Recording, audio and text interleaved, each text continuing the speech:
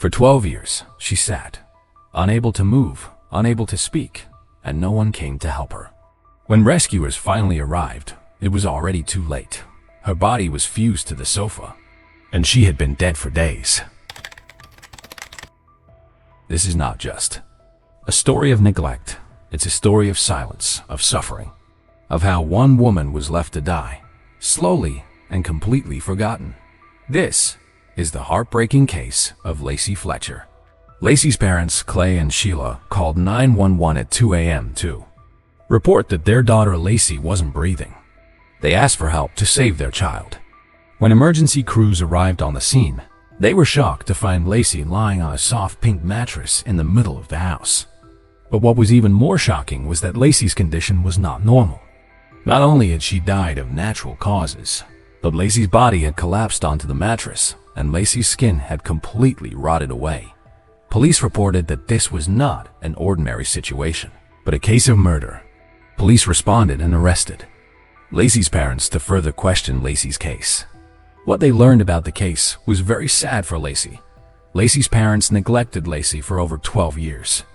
In those 12 years, they never let Lacey out of the house. In the small rural community where Lacey Fletcher and her family lived, there were approximately 800 residents. It was a tight-knit town, the kind of place where everyone typically knows each other. But when the devastating news broke that Lacey had died in such horrifying conditions, the entire community was stunned. As investigators began looking further into the case, locals were shocked to learn that Clay and Sheila Fletcher even had a daughter. Many of the townspeople had no idea that Lacey existed. That's how isolated her life had become. Clay and Sheila had completely cut Lacey off from the outside world. They kept her confined to the house, and over time, Lacey simply disappeared from the public eye. The Fletchers never spoke of her, never mentioned that she lived with them, and never gave any indication that they were raising a child at all. Even longtime neighbors, who had known the Fletchers for years, were unaware that the couple had a daughter living in their home. This shocking realization that a young woman had been hidden in plain sight for so many years left the entire town in disbelief. Lacey Fletcher was born on November 25, 1985, in Slaughter, Louisiana, United States.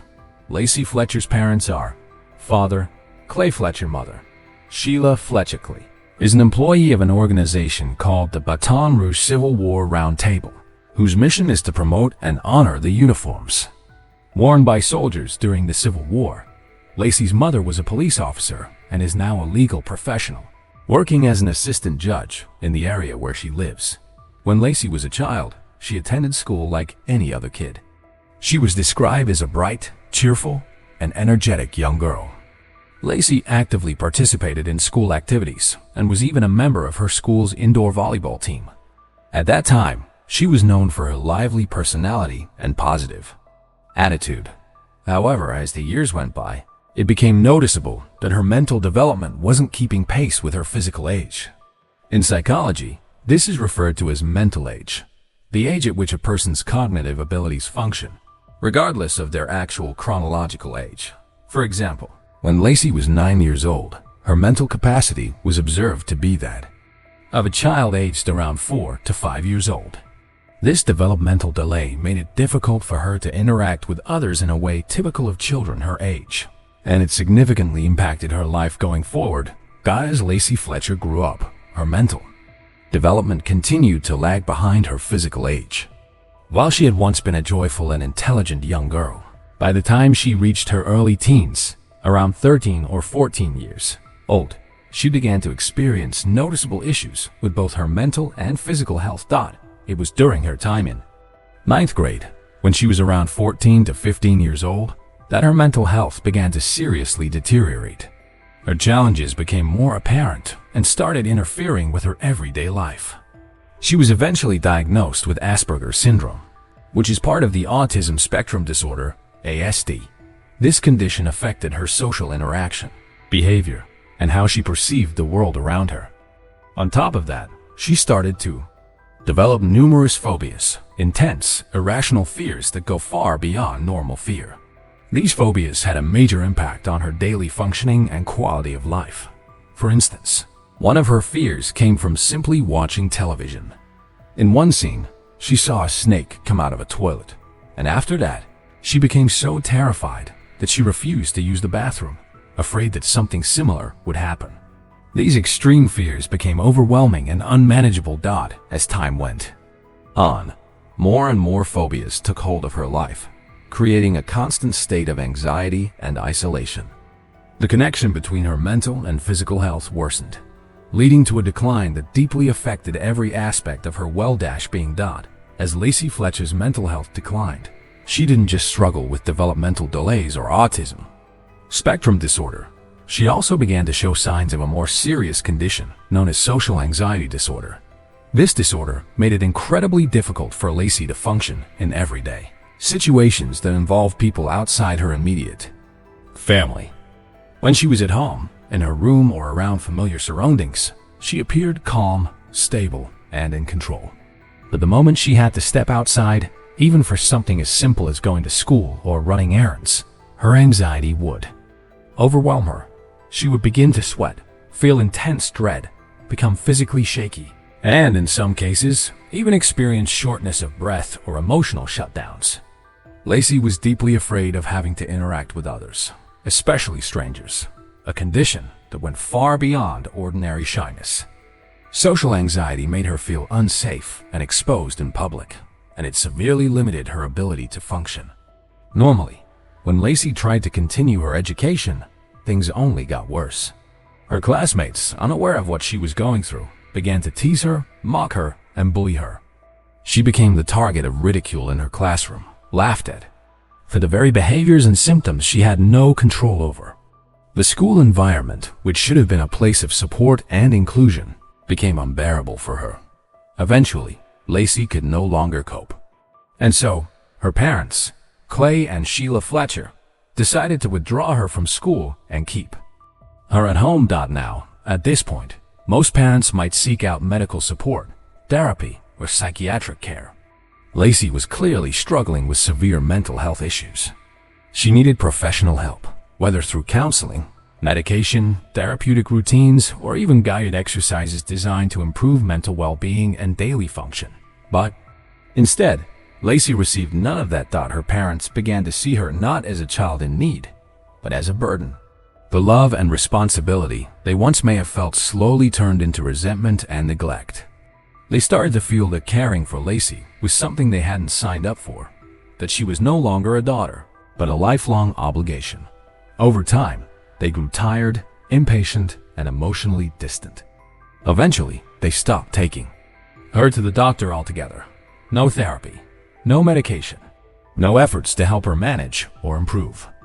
Lacey was simply left alone, abandoned in her own home by the very people who were supposed to protect her. At first, when Lacey Fletcher began to show early signs of her mental health challenges, her parents did take some initial steps to seek help. They brought her to see doctors and attempted to understand what was going on. But as time went on, after a year or two, Lacey seemed to vanish from public life completely. Her parents, Clay and Sheila Fletcher, eventually stopped taking her to any kind of medical treatment or therapy. They withdrew her entirely from the healthcare system. No more checkups, no more follow-ups, no support, nothing. As we all know, whether it's physical or mental illness, without proper treatment, a person's condition can rapidly worsen, and that's exactly what happened to Lacey. Her condition deteriorated to the point where she was no longer able to use the bathroom on her own. Whether it was due to physical weakness, neurological decline, or both, she lost control of her bodily functions. She began to relieve herself in the middle of the house, unable to make it anywhere else. It was clear that her nervous system and mental health were both failing, and this was the time when her parents should have stepped in. But instead of seeking urgent help, Clay and Sheila only went to speak to a doctor. Without Lacey, they went alone, asking for advice about what to do next. The physician immediately recommended that Lacey be brought in for psychiatric evaluation and emergency care, warning them that her situation was serious and could become life-threatening if ignored. The doctor made it clear Lacey needed professional help immediately, but her parents never took her That conversation with the doctor would become the last known attempt at medical help for Lacey Fletcher. From that moment on, she was kept completely out of sight. The last time anyone in their small community saw Lacey in public was when she was 21 years old. After that, she never left the house again. She physically couldn't. Her body had become too frail, too weak. By the time she turned 24, she could no longer walk. Her muscles had wasted away, and she could not stand or move on her own. She required medical devices or support equipment just to move, but none were ever provided. Instead, Clay and Sheila made her sit in one place, a brown leather couch in their home. They placed cushions there, and that spot became her entire world. Lacey remained on that same couch from the age of 24 until she died, at age 3612. Full years, never moving, never standing, never even being taken to a hospital. What should have been a place of rest and comfort became her prison. Her body wasted away until it literally fused to the couch. Even something as simple as taking Lacey out for a walk or fresh air was never part of her life. She was never given that choice. For Lacey, life meant sitting in the same exact spot, day after day, year after year. To this day, we don't know exactly what happened behind those closed doors. Only Clay and Sheila Fletcher truly know. And when the case finally reached court, the two of them said nothing, not a single word of explanation or remorse. What we do know comes from the observations made by investigators, medical examiners, and witnesses after Lacey's death. That is all we have, because Lacey never got to speak for herself. According to reports, Clay would leave home for work or trips, sometimes gone for entire days, even 2 or 3 days at a time, while Lacey remained behind, completely alone. She was unable to use the bathroom, and without any medical care or mobility assistance, she was forced to relieve herself where she sat. In the beginning, her parents may have attempted to clean up. They laid down towels and blankets around the couch, as if that would somehow be enough. But over time, even that effort faded. Eventually, they stopped cleaning altogether. Lacey was left sitting in her own waste, urine, and feces for days, weeks, and months at a time. Her skin, her clothing, and her body were soaked. As time went on, insects began to appear, drawn to the filth. And because she never left the couch, those insects began to burrow into her skin. Her parents had completely given up on her. They stopped caring, not just emotionally, but physically. They didn't even bother to bring her water, help her bathe, or brush her hair. Her hair became matted and fused together after over 10 years of not being brushed. Lacey sat, or rather, sank, deeper and deeper into that brown leather couch until her body literally merged into the furniture. The soft cushions beneath her had collapsed under years of pressure and moisture, and her skin fused to the frame and the fabric. We'll never know the full extent of what was done to Lacey, or what she endured in those final years. But from the scene that investigators found, we can piece together a horrifying truth. She was left abandoned, neglected, and suffering in silence. And while we may not know every moment of her final decade, what we do know is more than enough to understand the cruelty. Her own parents, the people who should have protected her, left her to rot, alone, in unimaginable pain and filth. This wasn't just neglect. This was abandonment at its most extreme. This was a slow, silent kind of torture. And in the end, the silence speaks louder than anything they could have ever said. For 12 long years, Lacey Fletcher sat, alone, motionless, and trapped on the same old brown leather sofa, soaked in her own waste, covered in filth, and forgotten by the very people who were supposed to love her the most. While she decayed in silence, her parents, Clay and Sheila Fletcher, lived their lives as if she didn't exist. They continued to go out, attend social events, and even plan vacations. To them, it was as if Lacey had never been born. They never took her out. They never brought her to a doctor. They never gave her a chance. And while their daughter was deteriorating, physically fusing to the couch over the years, they smiled for photos, attended community events, and went on with life as if nothing was wrong. all came to a horrifying end on January 3, 2022. That day, Clay and Sheila had just returned from a planned New Year's trip. They called 911 upon arriving home, stating that their daughter wasn't breathing. But by the time emergency services arrived, Lacey had already been dead for at least 24 to 48 hours. They claimed they didn't even know when she had died, despite being in the same house. When the police asked how old Lacey was, her own mother replied vaguely, "I think she's about 31 or 32. In truth, Lacey was 36 years old. The scene they walked into was beyond comprehension. Lacey was sitting on the same brown couch she had occupied for over a decade, but the couch was no longer just a piece of furniture. It had become part of her. The cushioning beneath her was worn through, rotted away by years of urine, feces, and bodily fluids. Her body had literally fused to the fabric. Her mouth was open, her eyes wide, frozen in a final expression of agony. She wasn't even wearing underwear. Investigators found that her skin had melded to the couch, and around her were scratch marks, nail marks embedded in the material, silent screams etched in leather. There were signs of insect activity, and the stench inside the home was overwhelming. Neighbors described the smell as unbearable, but strangely, the rest of the living room was spotless, neatly arranged, decorated, and perfectly presentable. Only that one section, that cursed corner of horror where Lacey sat suffering, was ignored, as though it didn't exist. As though she didn't exist. Her parents never cleaned her, never bathed her. They even stopped wiping her body or brushing her hair. One medical examiner described Lacey's hair as matted together like a helmet, likely not brushed for more than 10 years. We may never know exactly what happened in those final years. We may never understand what thoughts passed through her mind, what cries went unheard, or what pain she endured. But we know this: she was not just neglected. She was erased. Erased by the people who gave her life, who then acted as if she never existed. And somehow, they lived on in that very house, smiling, eating, laughing, while their daughter was dying in the next room.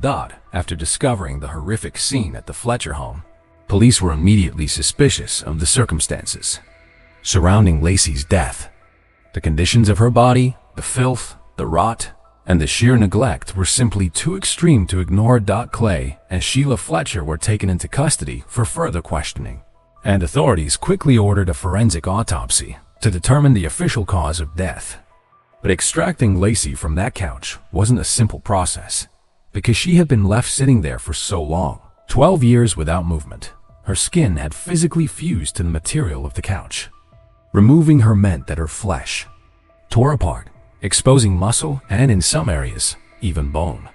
It was a procedure as horrifying as it was necessary. Once her body was removed, the forensic team began their examination, and what they discovered was beyond disturbing. Lacey had not died within 24 or even 48 hours of the 911 call. She had likely been dead for several days, possibly longer. Her body had already entered advanced stages of decomposition. There were signs of extreme physical breakdown and of unimaginable suffering. Her body showed severe evidence of sepsis, a life-threatening infection caused when the body's response to bacteria spirals out of control. Sepsis can spread through the bloodstream, shutting down organs one by one. And for Lacey, it likely did not. She also exhibited signs of malnutrition, severe dehydration, and multiple organ failure. Her liver had stopped functioning. Her kidneys were compromised. She had long stopped receiving any sort of nutritional care or hydration. But that wasn't all. The coroner also found evidence of pressure ulcers, more commonly known as bed sores, caused by lying or sitting in one place for too long. In Lacey's case, they had progressed to stage 4, the most critical level. These sores went deep, all the way to bone, indicating prolonged, untreated, and excruciating pain. Medical reports even noted that her own bodily waste had reached into her mouth and ear canals, a clear sign of how long she had been sitting in. Her own filth, unwashed, uncared for, and utterly forgotten. No one had checked on her. No one had helped her. No one had tried to save her. Her final years were filled not only with pain, but with silence. a silence enforced by isolation, abandonment, and perhaps worst of all, indifference. And as authorities tried to piece together the final days of Lacey's life, one truth became impossible to ignore. Her death wasn't an accident. It was a slow, preventable collapse of care, of humanity, and of conscience. After discovering the horrific scene at the Fletcher home, police were immediately suspicious of the circumstances surrounding Lacey's death. The conditions of her body, the filth, the rot, and the sheer neglect were simply too extreme to ignore. Clay and Sheila Fletcher were taken into custody for further questioning, and authorities quickly ordered a forensic autopsy to determine the official cause of death. But extracting Lacey from that couch wasn't a simple process, because she had been left sitting there for so long, 12 years without movement. Her skin had physically fused to the material of the couch. Removing her meant that her flesh tore apart, exposing muscle and in some areas, even bone. It was a procedure as horrifying as it was necessary. Once her body was removed, the forensic team began their examination, and what they discovered was beyond disturbing. Lacey had not died within 24 or even 48 hours of the 911 call. She had likely been dead for several days, possibly longer. Her body had already entered advanced stages of decomposition. There were signs of extreme physical breakdown and of unimaginable suffering. Her body showed severe evidence of sepsis, a life-threatening infection caused when the body's response to bacteria spirals out of control. Sepsis can spread through the bloodstream, shutting down organs one by one. And for Lacey, it likely did. She also exhibited signs of malnutrition, severe dehydration, and multiple organ failure. Her liver had stopped functioning. Her kidneys were compromised. She had long stopped receiving any sort of nutritional care or hydration. But that wasn't all. The coroner also found evidence of pressure ulcers, more commonly known as bed sores, caused by lying or sitting in one place for too long. In Lacey's case, they had progressed to stage 4, the most critical level. These sores went deep, all the way to bone, indicating prolonged, untreated, and excruciating pain. Medical reports even noted that her own bodily waste had reached into her mouth and ear canals, a clear sign of how long she had been sitting in her own filth, unwashed, uncared for, and utterly forgotten. No one had checked on her. No one had helped her. No one had tried to save her. Her final years were filled not only with pain, but with silence, a silence enforced by isolation, abandonment, and perhaps worst of all, indifference. And as authorities tried to piece together the final days of Lacey's life, one truth became impossible to ignore. Her death wasn't an accident.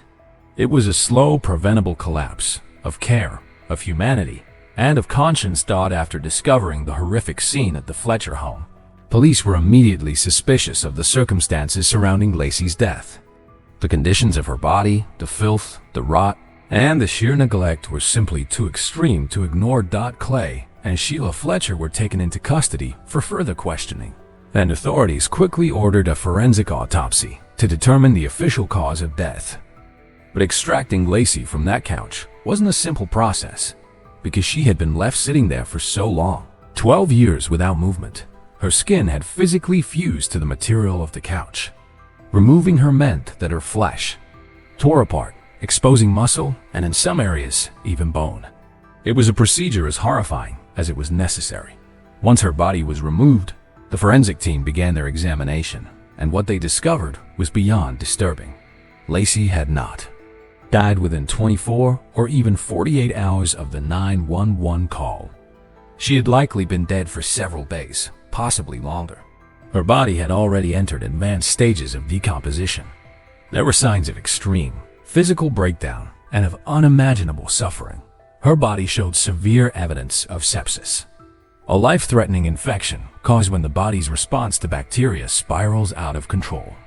Sepsis can spread through the bloodstream, shutting down organs one by one. And for Lacey, it likely did. She also exhibited signs of malnutrition, severe dehydration, and multiple organ failure. Her liver had stopped functioning. Her kidneys were compromised. She had long stopped receiving any sort of nutritional care or hydration. But that wasn't all. The coroner also found evidence of pressure ulcers, more commonly known as bed sores, caused by lying or sitting in one place for too long. In Lacey's case, they had progressed to stage 4, the most critical level. These sores went deep, all the way to bone, indicating prolonged, untreated, and excruciating pain. Medical reports even noted that her own bodily waste had reached into her mouth and ear canals, a clear sign of how long she had been sitting in her own filth, unwashed, uncared for, and utterly forgotten. No one had checked on her. No one had helped her. No one had tried to save her. Her final years were filled not only with pain, but with silence. A silence enforced by isolation, abandonment, and perhaps worst of all, indifference. And as authorities tried to piece together the final days of Lacey's life, one truth became impossible to ignore. Her death wasn't an accident. It was a slow, preventable collapse of care, of humanity, and of conscience. In the final stages of Lacey Fletcher's life, her suffering reached a level most of us can't even comprehend. Due to sitting in one spot for over a decade, her muscles had atrophied. Her legs had drawn inward, frozen in a contorted position. Her body had become stiff, her joints locked. Even if she had wanted to stand, she physically couldn't. Her muscles had wasted away, and movement was no longer possible. When questioned, her parents claimed she had just eaten the night before. They said they gave her chips and pudding. But during the autopsy, Lacey's stomach was empty. There was no food, no nutrients, only pieces of the sofa's stuffing and waste. She had been so hungry, so desperate, she had begun eating the very couch she was stuck to. The cause of death was determined to be sepsis, a bacterial infection that had spread through her bloodstream, likely originating from infected bed sores. Her organs were shutting down. She was malnourished, dehydrated, and her liver and kidneys had ceased to function. Her body was shutting off, one system at a time.